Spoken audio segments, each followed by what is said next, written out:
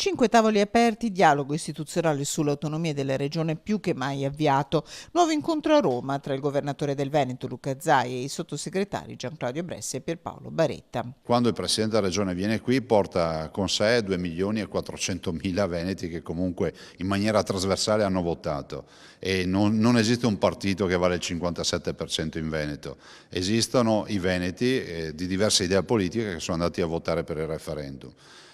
Io trovo un clima disteso, sereno e soprattutto di operatività. Governo e Regione decise a firmare una preintesa. Di arrivare rapidamente ad un'intesa anche tenendo conto della situazione istituzionale preelettorale, quindi arrivare prima che l'attività parlamentare si concluda del tutto ad una preintesa, non so come la vorremmo chiamare, che definisca un percorso e che dia il segnale che si fa sul serio. Un punto fondamentale anche per il Presidente del Veneto. Dare indicazioni a chi verrà dopo a governare questo Paese affinché abbia già stabiliti criteri e tempistiche e modalità per affrontare la trattativa che dovrà avere ovviamente un suo itinere e continuare nell'alveo già tracciato. Fondamentale che si firmi ovviamente questo provvedimento tra Governo e Regione del Veneto alla volta di gennaio. La macchina è partita e da lì non si torna indietro.